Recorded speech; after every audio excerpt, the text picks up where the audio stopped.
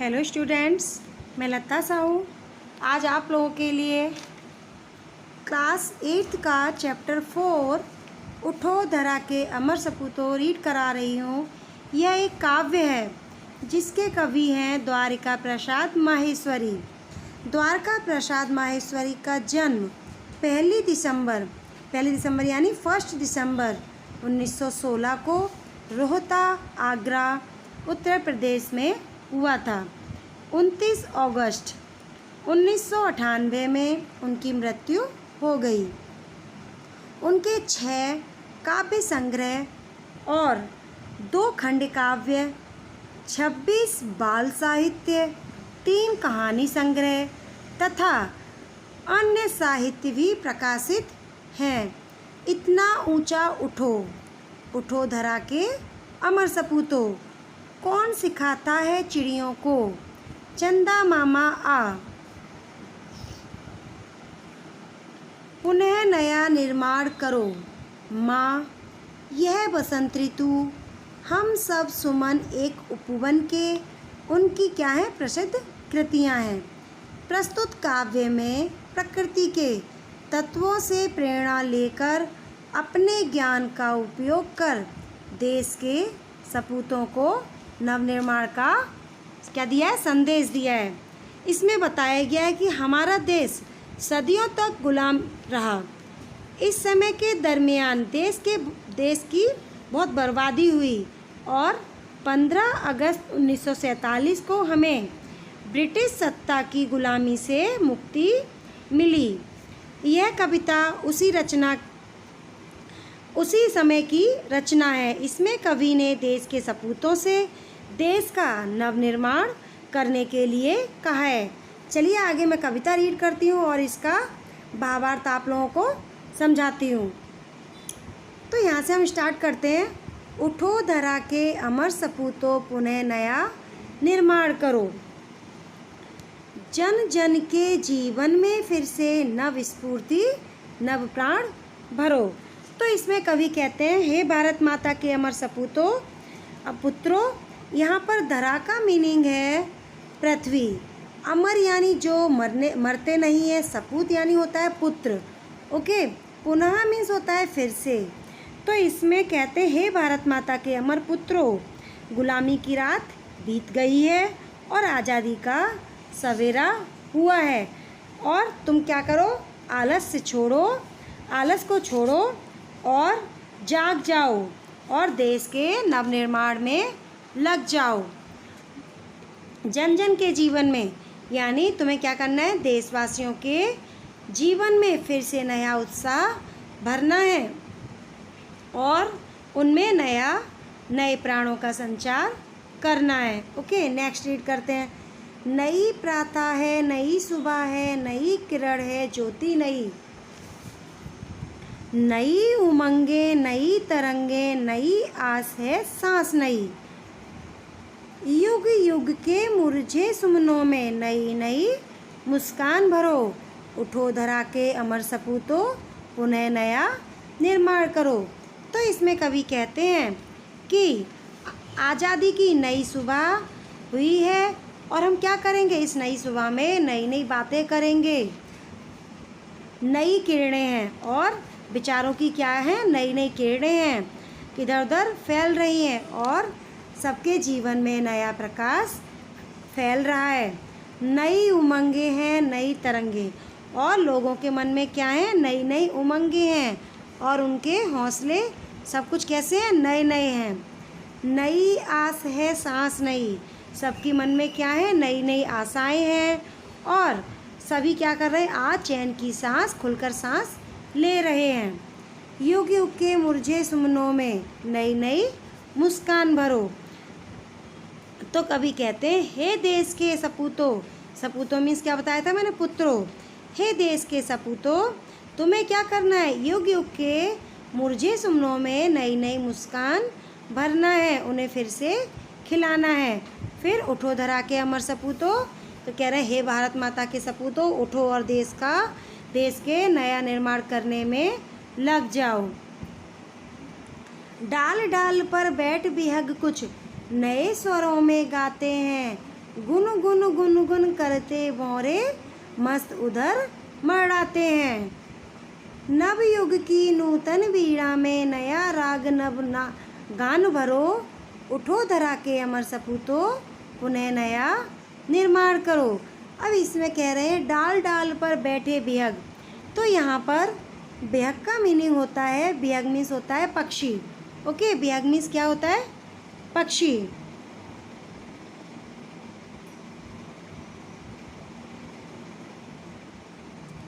तो ये बिहग मीन्स होता है, बिहग मीन्स होता है पक्षी। ओके, डाल डाल जो पेड़ की डाल होती है तो वो, और स्वर नए नए स्वर यानी नए नए जो हमारे मुंह से जो स्वर निकलते हैं, आवाज़ निकलती है वो।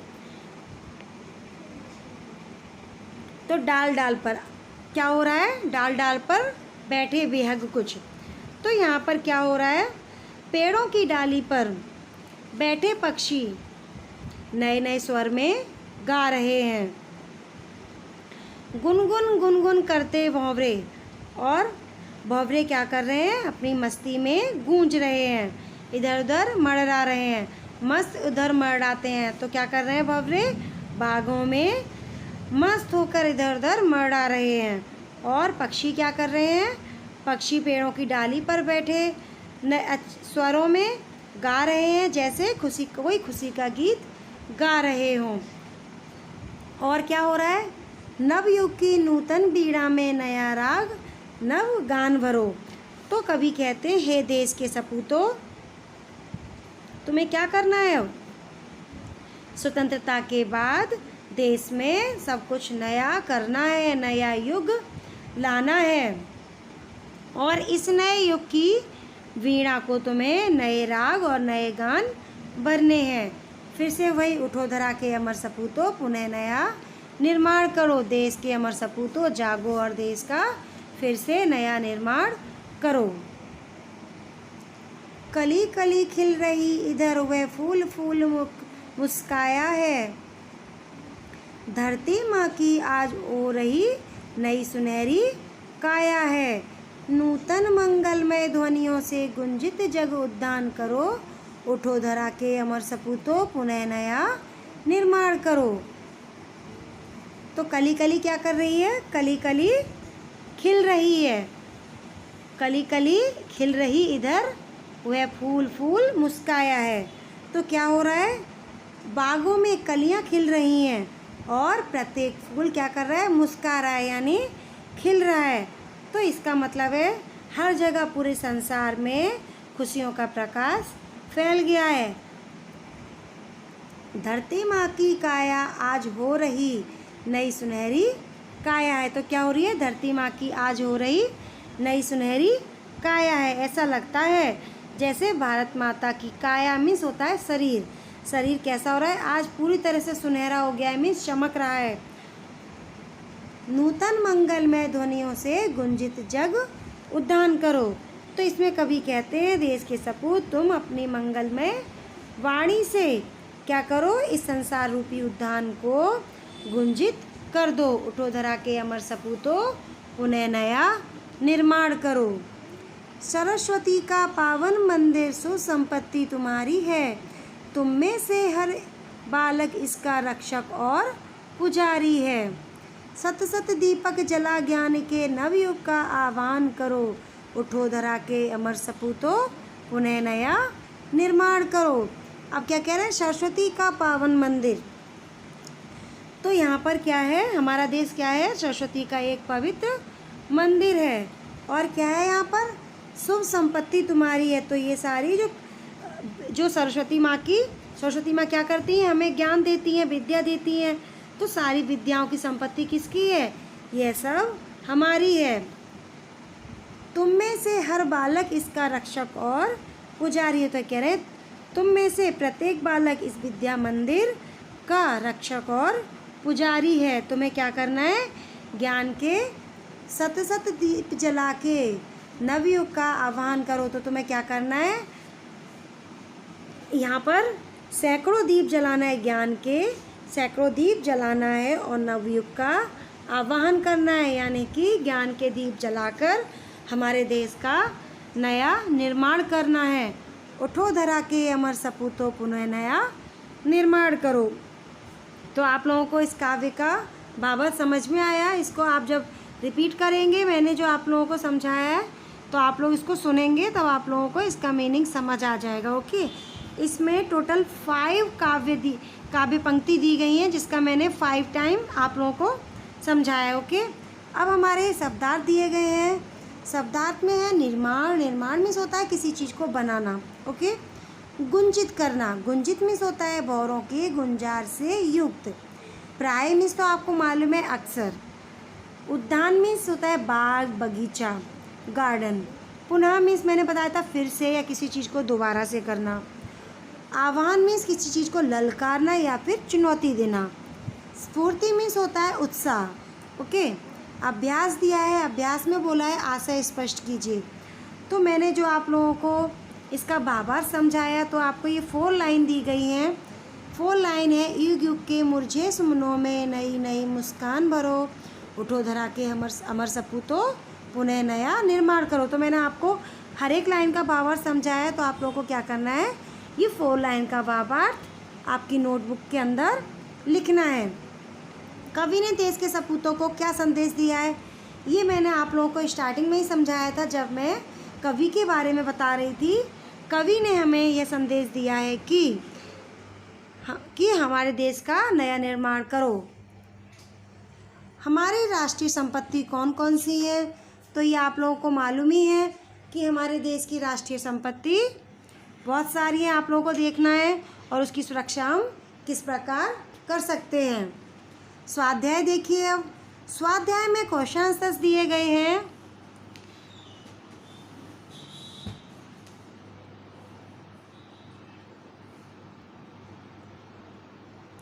क्वेश्चन आंसर्स हैं जिसमें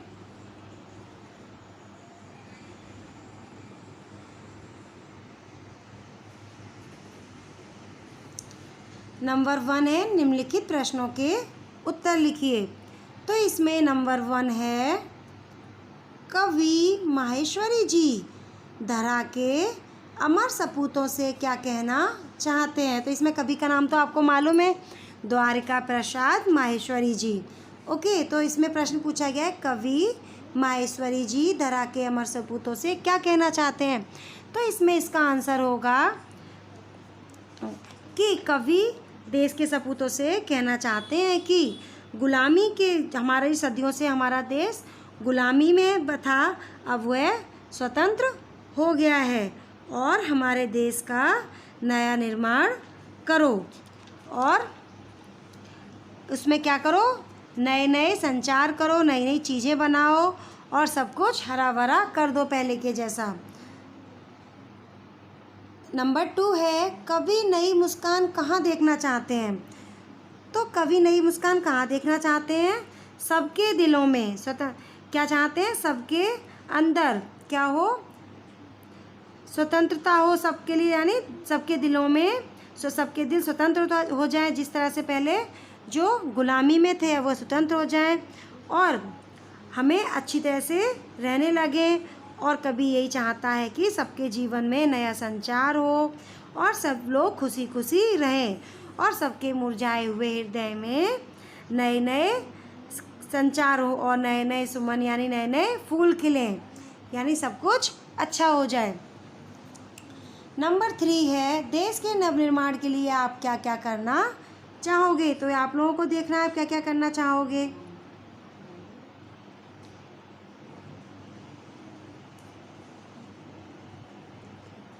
नंबर 4 है इस कविता में कौन कौन सी बात है जिन्हें तुम अपने जीवन में उतारना चाहोगे।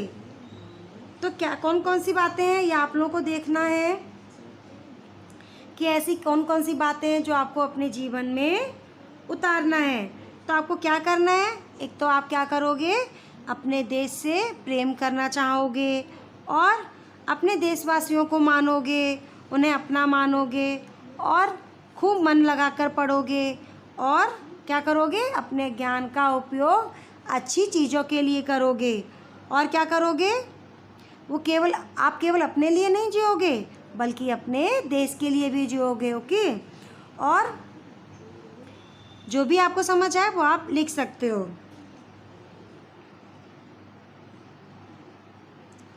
क्वेश्चन नंबर 2 दिया गया है यहाँ पर, दिए गए काव्यों को पढ़कर प्रश्नों के उत्तर दीजिए। तो यहाँ पर एक पैराग्राफ दिया गया है, तो इसमें से आप लोगों को आंसर ढूंढना है। जैसे इसमें नंबर 1 दिया है, हिमालय हमें क्या संदेश देता है।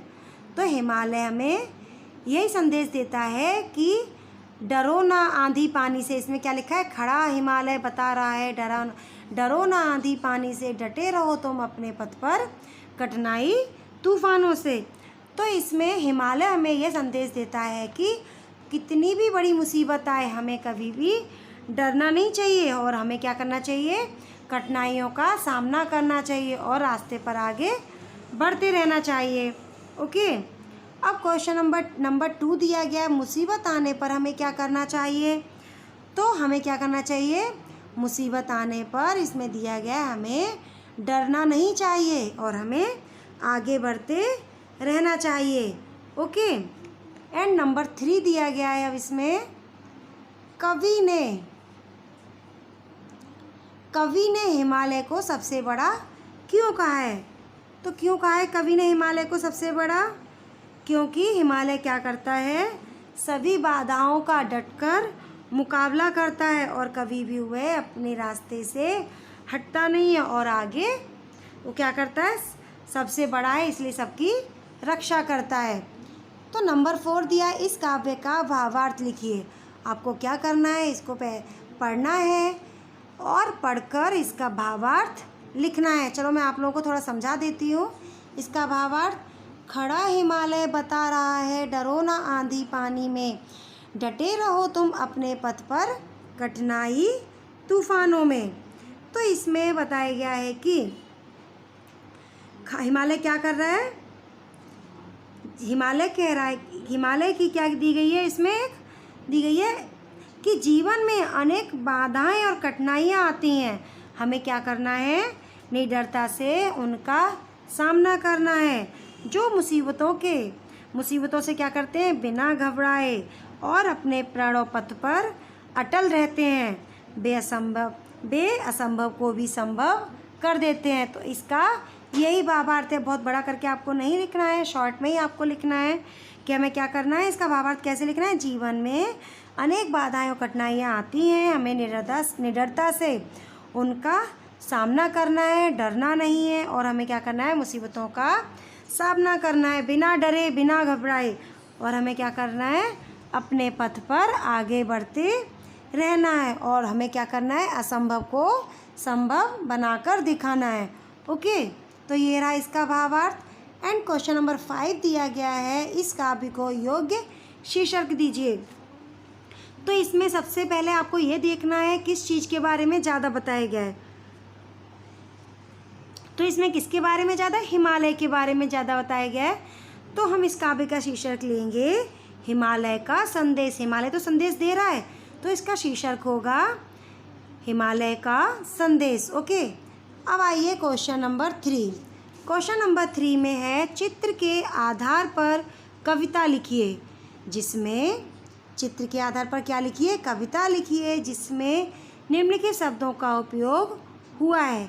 कौन कौन से शब्दों का उपयोग हुआ है, फूल, तितली, बादल, वृक्ष और बारिश।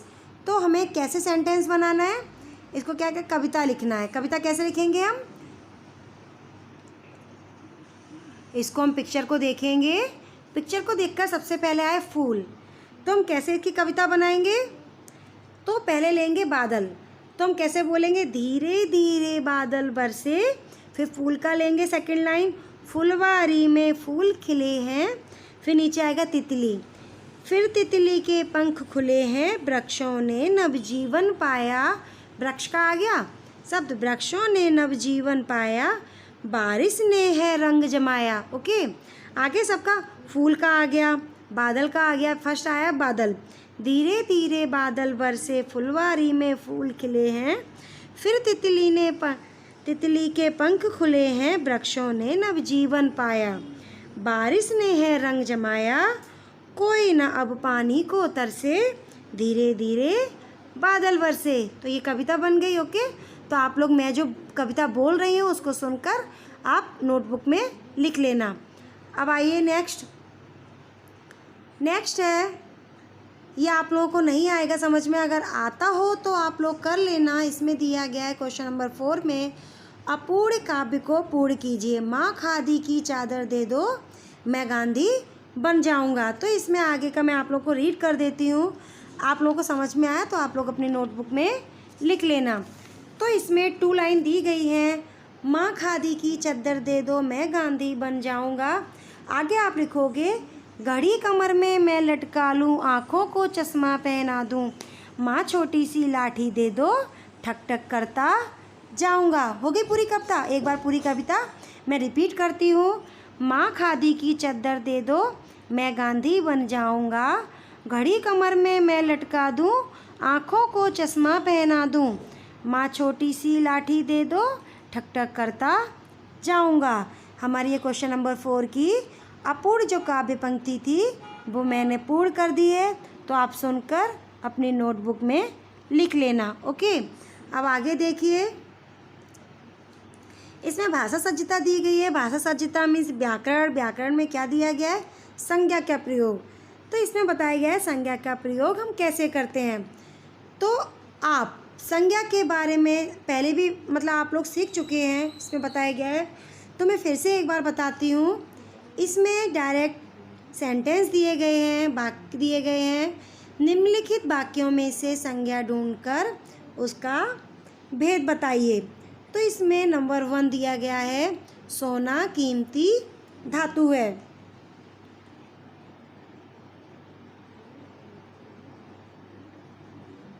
तो इसमें सोना क्या है, ये सोना है द्रव्यवाचक संज्ञा। कौन सी संज्ञा है, सोना द्रव्यवाचक संज्ञा।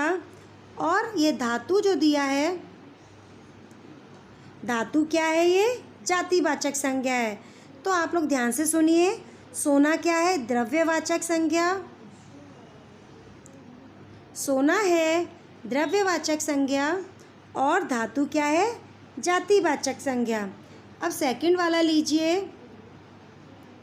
सेकंड वाला है गंगा पवित्र नदी है। तो इसमें गंगा क्या है, इसमें गंगा व्यक्तिवाचक संज्ञा है, और नदी क्या है, नदी जातिवाचक संज्ञा है। तो जहाँ पर कोई चीज़ एक ही बार आती हो, जैसे गंगा, गंगा एक ही होती है, क्या है ये, व्यक्तिवाचक संज्ञा। और नदी कई एक नदियाँ होती हैं, नदियों के नाम अलग अलग होते हैं, तो वो क्या होगा, जातिवाचक संज्ञा, मीन्स उसकी जाति बता दी। ये जैसे इसमें फर्स्ट में दिया गया है सोना, तो सोना क्या है, एक द्रव्य है। ओके, द्रव्यवाचक संज्ञा, और धातु क्या है, इसकी जाति बता रही है कि ये किस प्रकार की जाति है। ओके, अब 3 पर देखिए, 3 है उमंग दौड़ रहा है। तो उमंग इसमें क्या है, उमंग है व्यक्तिवाचक संज्ञा। उमंग एक नाम बताया गया है, एक व्यक्ति है, तो इसीलिए उमंग क्या है, व्यक्तिवाचक संज्ञा। अब नेक्स्ट देखिए, दल जा रहा है। ओके, तो दल एक क्या होता है, किसी चीज़ का ग्रुप बोलते हैं। दल एक पूरा समूह इकट्ठे होके, जब एक जगह पर खूब सारी चीज़ें या कोई व्यक्ति, बहुत सारे लोग इकट्ठे हों, तो उसको बोलते हैं दल, समूह या ग्रुप। इंग्लिश में क्या बोलते हैं, ग्रुप। तो इसको बोलेंगे समूहवाचक संज्ञा। ओके, अब नेक्स्ट देखिए, राजेश भय के कारण जंगल में नहीं गया। तो यहाँ पर राजेश क्या है, ये राजेश जो है व्यक्तिवाचक संज्ञा है, जो मैंने पहले ही बताया, नाम या किसी वस्तु के बारे में आता है तो वो क्या होती है, व्यक्तिवाचक संज्ञा। और यहाँ पर वह क्या बताया गया है, डर। भय मीन्स क्या होता है, डर। तो डर का हमारे अंदर क्या आ रहा है, भाव आ रहा है।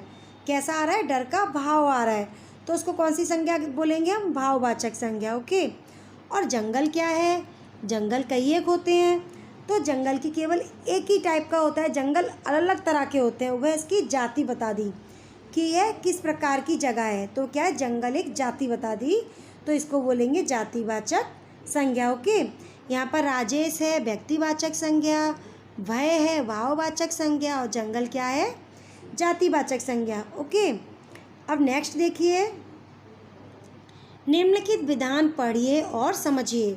जैसे इसमें बताया गया है कि जयेश ने कीर्ति को साड़ी दी, तो हमें यहाँ पर क्या करना है, साड़ी क्या है ये,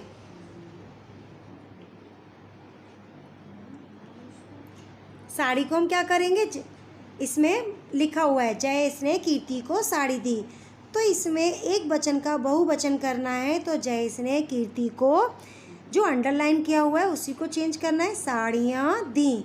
हमने साड़ी से क्या कर दिया, साड़ियाँ। ओके।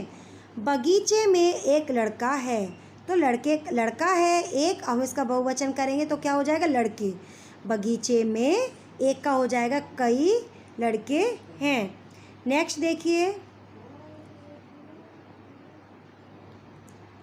अब इसमें आपको बता दिया उपयुक्त वाक्यों को पढ़ने से पता चलता है कि पहले वाक्य में साड़ी की जगह हमने क्या कर दिया, साड़ियाँ, और दूसरे में लड़का दिया गया है, लड़के का हमने क्या कर दिया, लड़के। ओके, यानी एक वचन का क्या होगा, बहुवचन। अब आप इसी तरह निम्नलिखित वाक्यों के एक वचन को बहुवचन में परिवर्तित करेंगे। ओके, तो इसमें नंबर 1 है, मुझे लुटेरे का डर था। तो यहाँ पर हमें क्या करना है, लुटेरे को चेंज करना है। मैं अंडरलाइन करती हूँ, उसी को आप चेंज करना। ओके, तो हम क्या करेंगे, किसको चेंज करेंगे, लुटेरे।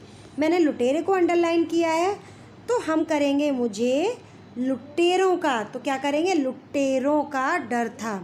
ओके, सेकंड है, पक्षी ने उड़ान भरी। किसने उड़ान भरी थी, पक्षी ने, तो मैं अंडरलाइन कर रही हूँ पक्षी पर, यहाँ पर पक्षी को चेंज करके करेंगे, पक्षियों ने उड़ान भरी। ओके, मैंने किसको चेंज किया, पक्षी को, पक्षी की जगह मैंने क्या कर दिया, पक्षियों को। ओके, इसी तरह नंबर 3 में है, उसने मुझे मिठाई दी। यहाँ पर हम किसको चेंज करेंगे, मिठाई के लिए किसको चेंज करेंगे, मिठाई। मिठाई का हम क्या करेंगे, मिठाई का हो जाएगा मिठाइयाँ। तो उसने मुझे मिठाइयाँ दी। हम दी पे भी क्या करेंगे, पॉइंट रख देंगे, दी को भी चेंज करेंगे। ओके, मिठाइयाँ दी, हो गया फिनिश। ओके, अब नेक्स्ट रीड करते हैं। निम्नलिखित वाक्य पढ़िए और वाक्य में गाढ़े काले शब्द को समझिए। इसमें आपको जो डार्क ब्लैक दिया गया है उसको समझना है। ओके, इसमें है भाववाचक संज्ञा के रूप में। फर्स्ट वाला क्या है, भाववाचक संज्ञा के रूप में, और सेकंड है जातिवाचक संज्ञा के रूप में। तो हमें फर्स्ट क्या करना है, बच्चे प्रार्थना करते हैं। तो बच्चों के अंदर कैसा भाव है, प्रार्थना का भाव। तो प्रार्थना क्या हुआ, भाववाचक संज्ञा। ओके, एंड बच्चों की प्रार्थनाएं बेकार नहीं जाती। प्रार्थनाएं क्या हो गई, उनकी जातिवाचक संज्ञा, यानी वो प्रार्थनाएं एक प्रकार की किसी वस्तु को बता दिया, तो वो क्या बता दी, उसकी जाति बता दी। ओके, अब नेक्स्ट देखिए, सेकंड वाला है, नदी की चौड़ाई अधिक है। तो नदी का भाव क्या है, चौड़ाई वाला। कैसी है नदी, चौड़ी है, तो चौड़ाई वाला भाव आ गया। तो इसमें क्या बोलेंगे, चौड़ाई को भाववाचक संज्ञा। अब इसे भारत में नदियों की, भारत में, तो भारत में नदियों की चौड़ाइयाँ अधिक हैं। अब भारत में नदियों की क्या बता दी, जाति बता दी। एक चौड़ाइयाँ क्या है, उसकी जाति हो गई, तो उसको बोलेंगे चौड़ाइयाँ, जातिवाचक संज्ञा। ओके, तो इसमें उपयुक्त वाक्य पढ़ने से पता चलता है कि पहले वाक्य में जो गाढ़ा शब्द मीन्स डार्क ब्लैक दिया गया है वह प्रार्थना था, जो भाववाचक रूप में था, और उन्हें उनके साथ दिए गए वाक्य में क्या किया, प्रार्थना को एक प्रत्यय लगाने से क्या हो गया, प्रार्थनाएं। तो वो कौन सी संज्ञा बन गई, जातिवाचक संज्ञा। ओके, अब आगे आपका देखिए, भाववाचक संज्ञाओं का प्रयोग सदैव एक वचन में ही किया जाता है। हमेशा आप लोग एक बात याद रखिए कि भाववाचक संज्ञा हमेशा एक वचन में ही आती है। एक व्यक्ति के लिए भाववाचक संज्ञा का यूज़ किया जाता है, जैसे कि इसमें एग्जाम्पल भी दिया गया है, जैसे वह बहुत दयालु है। ठीक है, तो दयालु क्या आ गया, इसका भाव आ गया, तो दयालु होगा भाववाचक संज्ञा। ओके, बहुवचन में प्रयुक्त किए जाने पर क्या बनेगी, जातिवाचक संज्ञाओं के रूप में लेती है। और जब हम इसको बहुवचन में क्या करेंगे तो क्या बन जाएगी, बहुवचन में जब आएंगे तो उसको जातिवाचक संज्ञा बोलेंगे। ओके, भाववाचक संज्ञा में एक वचन आएगा और जातिवाचक संज्ञा में बहुवचन यूज़ किया जाएगा। ओके, तो उपयुक्त उदाहरण के अनुसार निम्नलिखित वाक्यों में रेखांकित भाववाचक संज्ञाओं को जातिवाचक संज्ञा में परिवर्तित करके फिर से आप लोगों को लिखना है। जैसे इसमें दिया गया नंबर 1, विज्ञान ने दूरी को कम किया है। तो दूरी क्या हो गई हमारी, भाववाचक संज्ञा। तो हम इसको क्या करेंगे, चेंज करेंगे। आज विज्ञान ने बहुत दूरियों को कम कर दिया है। ओके, तो विज्ञान ने क्या किया है, दूरियों को कम कर दिया है। सेकंड वाला है नदी की लंबाई अधिक है। तो इसमें कोई एक नदी का नाम आप ले सकते हैं। नर्मदा नदी की लंबाइयाँ बहुत हैं। ओके, समझ आ गया। इसी तरह से आप लोगों को जैसे मैंने समझाया है, अब आप लोगों को इसमें क्या करना है, मैंने आप लोगों को कविता का जो भावार्थ समझाया था वो कविता के साथ 1 पैराग्राफ के साथ आप लोगों को, जैसे मैंने 4-5 लाइन का जो 1 बाई 1 इसमें 5 काव्य पंक्तियाँ दी गई हैं, तो आपको क्या करना है, 5 लाइन का 5 जगह पर काव्य पंक्ति पूरी करनी है। काव्य पंक्ति लिखकर उसका भावार्थ लिखना है मिस, जिस तरह से मैंने रीड कराया है और जितनी लाइनें रीड करके मैंने आपको भावार्थ बताया है, उसका अर्थ बताया है, उसी तरह से आप लोगों को इसको अपनी नोटबुक में लिखना है और इसका स्वाध्याय अपनी नोटबुक के अंदर फिल करना है। Okay, thank you.